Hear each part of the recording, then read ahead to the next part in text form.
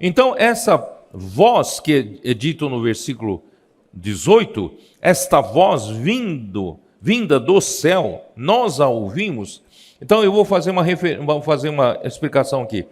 Devemos entender que toda vez que Deus usa o seu profeta dizer algo para o seu povo, visa dar direção ou advertência naquele momento específico.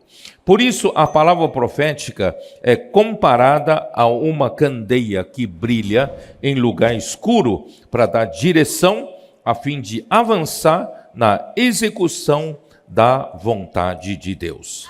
Por isso, irmãos, para os receptores dessa carta, os quais não possuíam Novo Testamento, hoje não temos a Bíblia na mão, mas quem recebeu essa carta de Pedro, eles não tinham a Bíblia na mão, senão tinham as Escrituras do Antigo Testamento.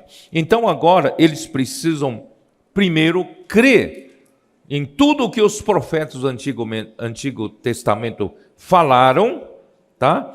Isso, e também eles precisam da palavra que Pedro lhes dava como a palavra profética do momento, para eles seguirem na direção certa.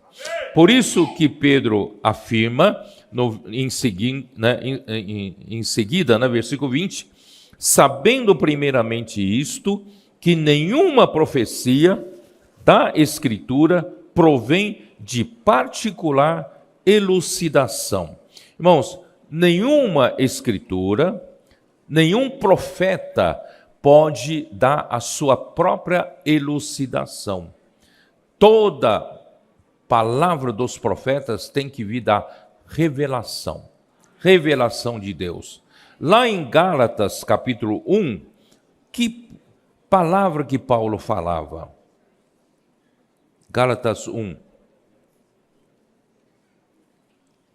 Paulo tinha liberdade de falar sua própria palavra?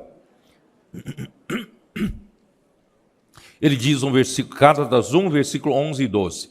Faço-vos, porém, saber, irmãos, que o evangelho por mim anunciado não é segundo o homem. Porque eu não o recebi, não o aprendi de homem algum, mas mediante revelação de Jesus Cristo. A palavra profética não vem de particular elucidação, mas vem da revelação de Jesus Cristo. Isso o mesmo afirma João afirma em Apocalipse 1, versículo 1, como diz?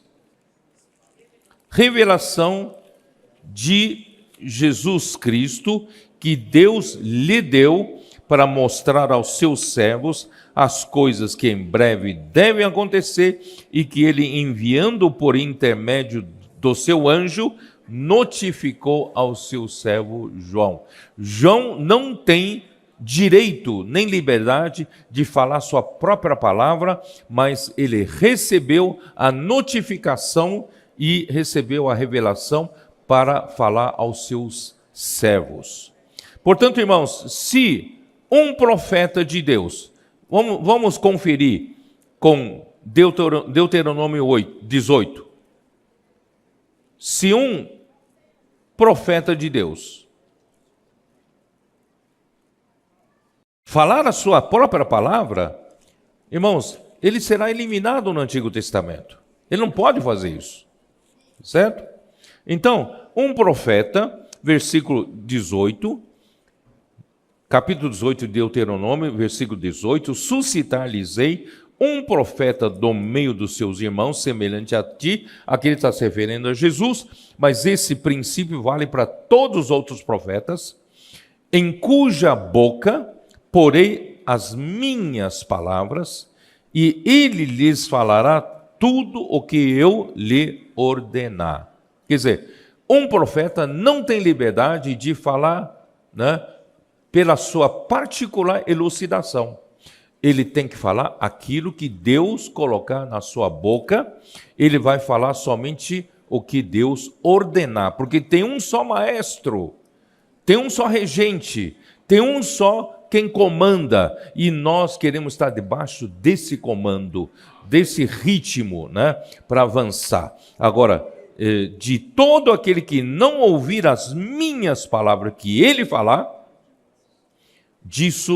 falar em meu nome, disso lhe pedirei contas, que eu vou acertar as contas com todo aquele que rejeitar a palavra que esse meu profeta falar, certo? Mas se o profeta, porém o profeta que presumir de falar alguma palavra em meu nome que eu lhe não mandei falar, ou o que falar em nome de outros deuses, esse profeta será morto. Isso, né, é do rigor do Antigo Testamento. Portanto, irmãos, nenhuma profecia da Escritura provém de particular elucidação, porque nunca, jamais qualquer profecia foi dada por vontade humana. Entretanto, homens santos falaram da parte de Deus, movidos pelo Espírito Santo. Portanto, irmãos, nós recebemos, por exemplo, Salmo 110, versículo 3, já falei, irmãos, não é uma particular elucidação. O Senhor, em 2020, nos falou que a aurora havia chegado. E a confirmação da chegada da aurora, do início da aurora, irmãos, são as gotas de orvalho que cairiam do céu, e formando um exército de jovens santos, para que Deus tenha um exército, com auxílio desse exército santo, as igrejas, os irmãos responsáveis das igrejas, possam usar essa ferramenta para trazer o Senhor de volta. Irmão, e de fato isso se concretizou. Se uma palavra que vem do profeta, que falou em nome de Deus, não se concretizar, não suceder, não se realizar, essa palavra não vem de Deus. Mas se essa palavra vem de Deus, irmãos, vai suceder, vai se realizar. Então, graças a Deus, irmãos, nós temos tantos adolescentes sentados aqui no chão, aqui na parte da frente, eles não nos deixem mentir. Eles são a prova, irmão, de que o Senhor falou conosco em Salmo 110, versículo 3, já em 2020. E hoje nós estamos vendo a realização, a concretização do que o Senhor nos deu como a palavra profética. Por isso, irmãos, a palavra, né, profética não é dada pela vontade humana. E a segunda vinda de Cristo, só para finalizar, eu vou terminar já, eu vou terminar cedo porque alguns ainda têm que viajar. Então, vou só terminar com isso. A segunda vinda de Cristo será em dois aspectos. Por isso, às vezes, nós nos confundimos um pouco na leitura da Bíblia, porque nós confundimos um aspecto com o outro, tá? O primeiro aspecto da vinda de Cristo, irmãos, será um aspecto secreto. O Senhor virá sem que ninguém perceba, tá? Ele virá. Então, isso em Mateus 24, rapidamente, Mateus 24. Acho que essa parte secreta tem tudo a ver conosco, tá? É com você e comigo, tá? Porque quando chegar na parte pública, bom, já é tarde. Então, 24, versículo 40. Então, dois estarão no campo, um será tomado e deixado o outro. Duas estarão trabalhando no moinho, uma será tomada e deixada a outra. Portanto, vigiai, porque não sabeis em que dia vem o nosso Senhor. Vamos vigiar. A vinda dele para nós, queremos ser vencedores, irmãos, vai ser secreta. Ninguém vai ver e de repente começa arrebatamento e você pode ser deixado. Né? Eu não quero ser deixado. Tá? Mas considerar isto, se o pai da família soubesse a que hora viria o ladrão, vigiaria e não deixaria que fosse arrombada a sua casa. Por isso, ficai também vós apercebidos. Você está apercebido? Ou você está perdido aí nas coisas do mundo? Não, vamos viver vigilantes, apercebidos. Porque a hora em que não cuidais, o Filho do Homem virá. E a vinda em público está em Mateus 24 também, versículo 27. Porque assim como o relâmpago sai do Oriente e se mostra no Ocidente, assim há de ser a vinda do Filho do Homem. A vinda pública do Senhor será no mesmo instante. Mas você já percebeu por que é que fala? Será como relâmpago que sai do Oriente e vai até o Ocidente. Sabe por quê? Quem sabe por quê que é como relâmpago que vem do Oriente e vai para o Ocidente? Hein? Não é só questão de rapidez. É que nós temos vários fusos horários em toda a Terra, não é isso? Vários fusos horários. Então, se a vinda do Senhor for que nem festejar novo ano, não é isso?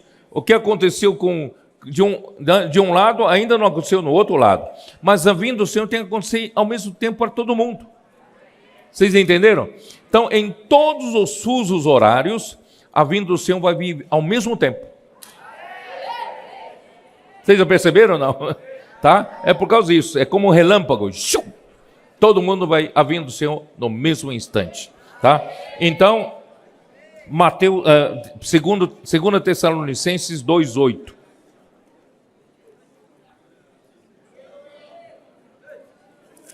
Segundo Tessalonicenses 2:8. Então será de fato revelado o iníquo a quem o Senhor Jesus matará com o sopro da sua boca e o destruirá pela manifestação da sua vinda. Essa manifestação, irmãos, será o quê? Nessa manifestação será destruído o homem da iniquidade. Amém? Era isso que eu tinha que compartilhar com vocês.